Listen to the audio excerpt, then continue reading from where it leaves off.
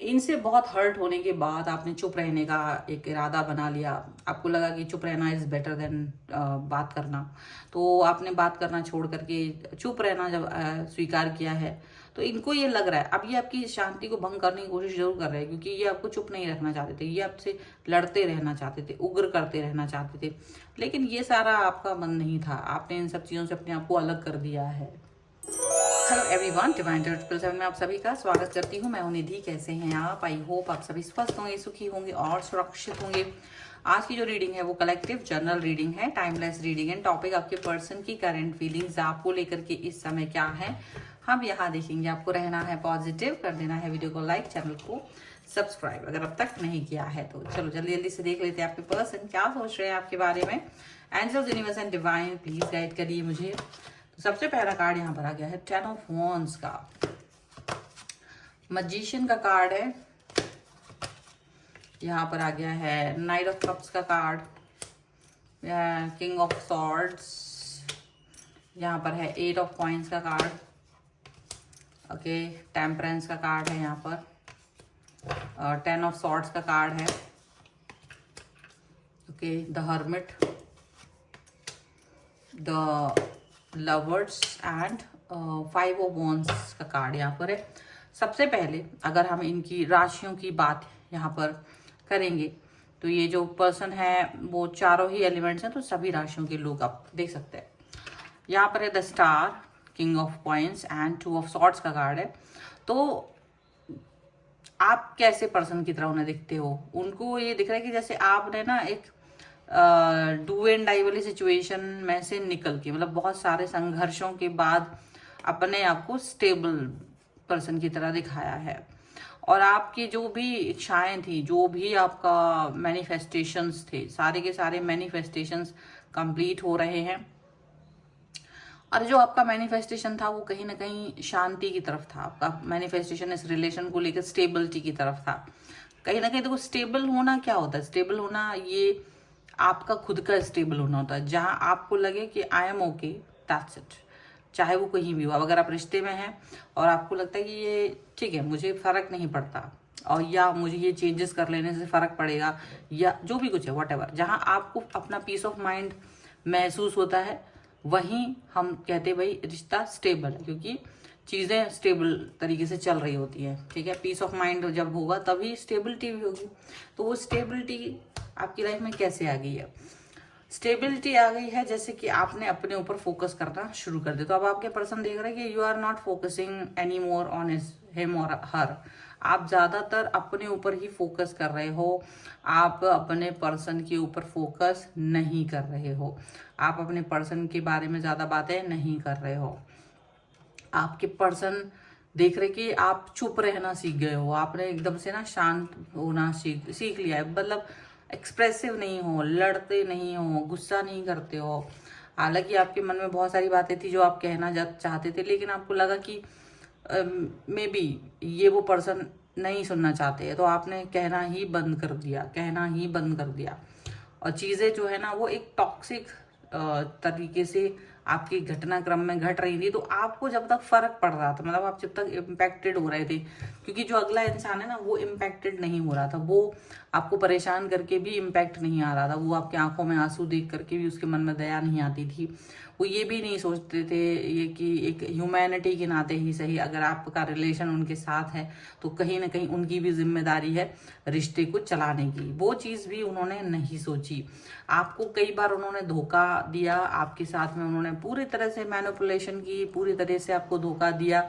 और आपने जब ये सारी चीज़ें, आपने सारे संघर्ष आपने याद किए, तो आपको लगता है कि जब चीज़ें, ऐसा थोड़ी ना थी कि वो चीज़ें ऐसी ही चीज़ें सॉर्ट आउट हो गई। आपको भी पता है कि आपने बहुत सोचा, बहुत विचार किया, और जब विचार किया तो आपको एक एक चीज़ पुरानी याद आई, एक एक पुरानी चीज़ याद आई कि आपने कितना एफर्ट लगाया और आपको उसके बदले में क्या मिला, और आज प्रेजेंट में आपकी लाइफ में क्या चीज़ है। तो जब आपको ये चीज़ समझ में आ गई ना, तो आपको लगने लगा कि शायद मुझे इस लाइफ में मुझे इस व्यक्ति की आवश्यकता उस तरह से नहीं है, मुझे बोलना ही नहीं है। क्योंकि जब अगला इंसान आपको सुनना नहीं चाहता है तो बोलने से कुछ होता नहीं है। कुछ भी नहीं होगा। आपको ये समझ में आ गया। आपने यहाँ पर अपने आप से सेल्फ लव करना शुरू कर दिया, आपने अपने आप को ध्यान देना शुरू कर दिया। आपने जब सेल्फ लव किया ना, यूनिवर्स के साथ में आपने अटैचमेंट जोड़ा, आपने प्रकृति के साथ अटैचमेंट जोड़ा।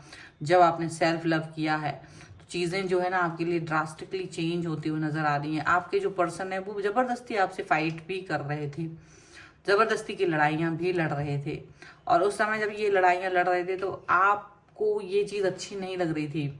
आप इन सब चीज़ों के बारे में सोचते रहे कि ये सब लड़ाइयाँ लड़ने की क्या ज़रूरत है।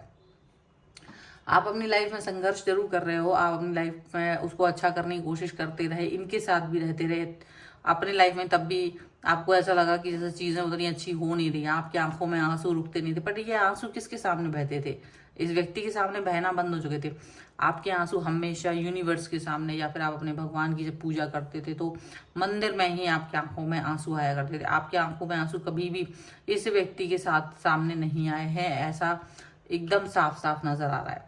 लेकिन सीधी सी बात ये है, सीधा सा सिचुएशन ये है, सीधी सी कनेक्शन ये है कि अब जब आपने सेल्फ लव स्टार्ट किया, जब आपने चुप रहना शुरू कर दिया, जब आपने इनकी तरफ बात करना बंद कर दिया, तो इनको ये चीज़ अच्छी नहीं लग रही है। इनको अभी ये चीज़ और भी ज़्यादा खल रही है, क्योंकि आप क्या थे? आप मैजिशियन की तरह इनकी लाइफ में हो सकते थे। देखो अभी आप ऐसे नहीं हो, इनको पता है कि आप इनके लिए बहुत कुछ कर सकते हो, और आपको जो पता है कि, और आप इनको पता है कि आप इनके लिए बहुत कुछ कर सकते थे। लेकिन आपको मालूम है कि जहां इनकी सोच खत्म होती है ना आपके लिए, आपकी सोच उससे भी ज्यादा बढ़कर थी। लेकिन इन्होंने आपके साथ क्या किया? हमेशा आपको धोखा दिया, हमेशा आपको कमतर समझा, हमेशा आपको रुलाया, हमेशा आपसे लड़ाई की, झगड़े किए। तो आपने जो कुछ भी नहीं किया इनके लिए, फिर आपने एकदम शांति बना दिया। जितना जो मजिशियन इनके दिमाग में ना, आप उससे भी बड़े मजिशियन थे हमेशा से, और अभी भी हो। लेकिन आपको पता है कि ये रिलेशन में ये वर्क नहीं करेंगे, तो आप चुप हो गए हैं। आप अपने आप को ज़्यादा अपने काम में ही बिजी करते हुए दिखाई दे रहे हैं। आपके पर्सन देख रहे हैं कि you are busy with your own work, आप अपने काम में बिजी हैं, आप अपनी लाइफ में बिजी हैं, आप अपने चीज़ों अपने ही जीवन में बिजी हो आप, ऐसा उनको दिख रहा है।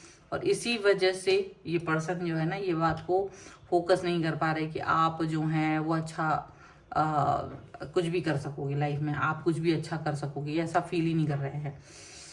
अब इनको ये चीज़ लग रही है, इनको ये समझ में नहीं आ रहा है कि आप इनके साथ में कैसे आगे बढ़ जाते अगर ये इनका, मतलब इनको अपनी गलती का रियलाइजेशन हो रहा है। इनको अपनी गलती का रियलाइजेशन होना बहुत ज़रूरी है। थोड़ा थोड़ा सा इनका रियलाइज हो रहा है कि हाँ, इन्होंने कुछ कुछ तो ऐसा किया है कि आप चुप हो। आपका चुप रहना कहीं ना कहीं बहुत ज़्यादा इनकी यूजलेसली बकवास की वजह से हुआ है।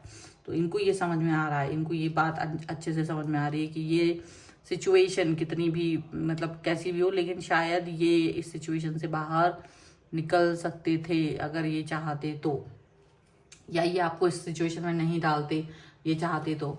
लेकिन ये आपके चुप रहने से इनको इसलिए वो हो रहा है क्योंकि आप कभी चुप रहने वाले पर्सन थे नहीं।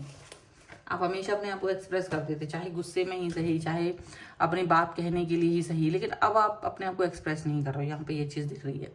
ठीक है, चलो कुछ और कार्ड्स के भी थ्रू देखते हैं यहाँ पर क्या निकल के आएगा। आप पॉजिटिव रहिए, और अगर आप अपनी पर्सनल रीडिंग चाहते हैं, व्हाट्सएप नंबर आपकी स्क्रीन पर है। रीडिंग स्टार्ट होती है 199 रुपीज़ ऑनवर्ड्स। मिनी रीडिंग से लेके डिटेल रीडिंग तक करवा सकते हैं। आप अपने किसी भी क्वेश्चन के लिए कुंडली भी दिखवा सकते हैं। आपकी शादी, आपका मकान कब बनेगा, आपका जॉब, कैरियर, किसी भी चीज़ के लिए कुंडली दिखवा सकते हैं। वास्तु भी अगर आप चाहते हैं अपने घर का, तो वो भी, उसको भी दिखवा सकते हैं। सबके लिए आप मुझे व्हाट्सएप पर ही मैसेज करें। Experiencing creator and mind, politics and sycophancy का कार्ड है यहाँ पर। Going with the flow, ordinariness and courage का कार्ड है। तो देखो ये चीज़ है कि इनको करेज दिखानी पड़ रही है, या आपको ये करेज दिखानी पड़ी है। आपको करेज इसलिए दिखानी पड़ी है क्योंकि आप ऐसे पर्सन थे ही नहीं, आप बहुत ही लविंग डविंग, आप बहुत लवेबल पर्सन रहे हो, और ये पर्सन वो लव को समझे ही नहीं, ये पर्सन उस प्यार को समझे ही नहीं, और बिना प्यार के ही ये पर्सन आगे आपको लेके जा रहे थे। आपने भी ऑर्डिनरीनेस दिखा दी और आप भी फ्लो के साथ बह गए। फ्लो के साथ बहने से आपको क्या हुआ कि आपने भी सोचा कि चलो ठीक है भाई, जिसको पसंद नहीं है तो हम क्यों जबरदस्ती के एफर्ट्स लगाएं उसके साथ।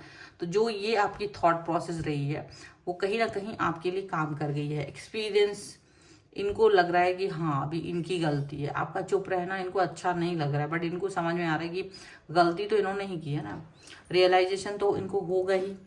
ये देख रहे हैं कि ये क्रिएटर की तरह वर्क कर रहे हैं, ये देख रहे हैं कि ये एक ऐसे पॉजिटिव व्यक्ति की तरह वर्क कर रहे हैं जो कि अपने आप को अलग ही तरह से देख रहे हैं। मतलब आपको देख रहे हैं कि आप अलग पर्सन हो, ये अलग पर्सन है, लेकिन आप पॉजिटिव पर्सन हो और ये थोड़े से माइंड इनका एकदम डिस्टर्ब होता चला जा रहा है, ये माइंडफुल नहीं हो पा रहे हैं, ये थोड़ा डिस्टर्ब हो रहे हैं। ये आपको इस पॉजिटिविटी से हटाने के लिए अभी पॉलिटिक्स भी खेल रहे हैं, पॉलिटिक्स कितना खेल सकते हैं ये वो भी देख रहे हैं। इनकी जो एनर्जी है वो शिफ्ट भी हो रही है, इधर से उधर जा रही है, इनकी एनर्जी जो है ना वो शिफ्ट भी हो रही है और पॉजिटिविटी की तरफ जा भी नहीं रही है। तो बहुत सारी चीज़ें ऐसी हैं जो आपके लिए मतलब आप नहीं फील कर पाओगे उनकी खूबसूरती को, आप कभी ये फील नहीं कर पाओगे कि इनकी जो एनर्जी है वो शिफ्ट हो रही है। बट आप इस एनर्जी को इसलिए फील नहीं कर पाओगे क्योंकि आपकी एनर्जी पहले ही शिफ्ट हो चुकी है, आप पहले ही इनसे दूरी जा बना चुके हो। अब ये पॉलिटिक्स करें, एनर्जी शिफ्ट करें, आपको कोई फर्क नहीं पड़ता, क्योंकि इस समय आपको लग रहा है ये सारी चीज़ों के लिए देर कर दी इन्होंने, काफ़ी सारा टाइम बर्बाद कर लिया। अंडरस्टैंडिंग जो पहले ही डेवलप हो जानी चाहिए थी वो अब तक भी नहीं हुई है। तो हर चीज़ का ना समय होता है, हर चीज़ का एक वो होती है कि यार मुझे किस समय पर कौन सी चीज़ करनी है। जब अगर आपको अंडरस्टैंडिंग ही नहीं है, जब आपको कोई चीज़ की महत्व ही नहीं समझ में आ रहा, तो कोई मतलब नहीं बनता है। तो वो वाली चीज़ आपको अंडरस्टैंड हो रही है, वो वाली चीज़ आपको समझ में आ रही है, और ये बात इनको भी समझ में आएगी अब शायद। ठीक है, तो ये है फिलहाल की रीडिंग। अगर आप इस पर क्लेम करना चाहते हैं वीडियो लाइक कर दीजिए, चैनल सब्सक्राइब कर लीजिएगा। एंड पर्सनल रीडिंग के लिए आप आ सकते हैं, व्हाट्सएप नंबर आपकी स्क्रीन पर है। कुंडली, वास्तु, टैरो, न्यूमरोलॉजी किसी भी थ्रू आप जान सकते हैं।